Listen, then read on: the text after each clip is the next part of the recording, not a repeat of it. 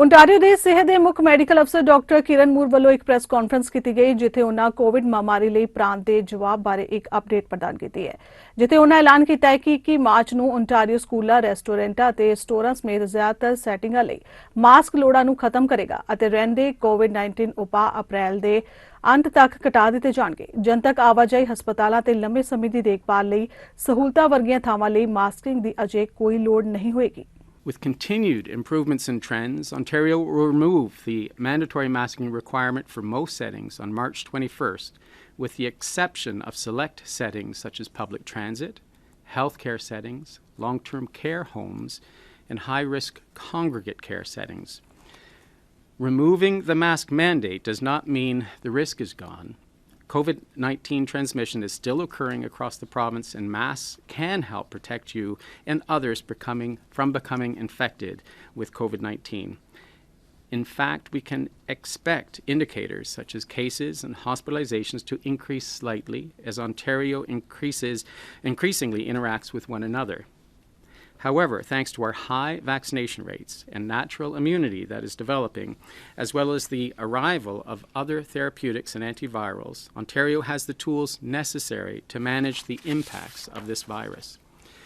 For those most vulnerable to the virus, it is still strongly recommended that you continue to wear a mask. And please continue to respect the masking requirements that remain in place, such as federal requirements for returning international travelers. As a society, I am asking that we remain kind, considerate, and respectful towards those who continue to choose to wear a mask. And we should all be prepared that we may need to resume mask wearing if a new variant of concern emerges, or potentially during the winter months when COVID and other respiratory viruses are likely to circulate again. On Tuesday, March 1st, I revoked the instructions for mandatory COVID-19 vaccination policies for the Ontario Public Service and for post-secondary institutions. A process is now underway to gradually revoke all directives and instructions by the end of April, with a focus on moving away from emergency measures to ongoing operations. Health and public health indicators continue to remain stable or are improving in most areas of the province. The percent positivity of tests is generally stable, and new admissions to hospital and ICU have been stable or declining. We are seeing continued decreases in the numbers of outbreaks in high-risk settings such as hospitals and long-term care homes.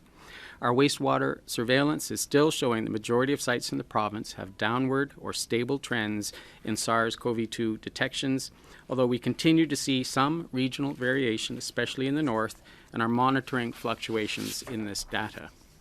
With the peak of Omicron behind us, Ontario has been able to cautiously and gradually move through its reopening milestones. We are now learning to live with and manage COVID-19 for the long term.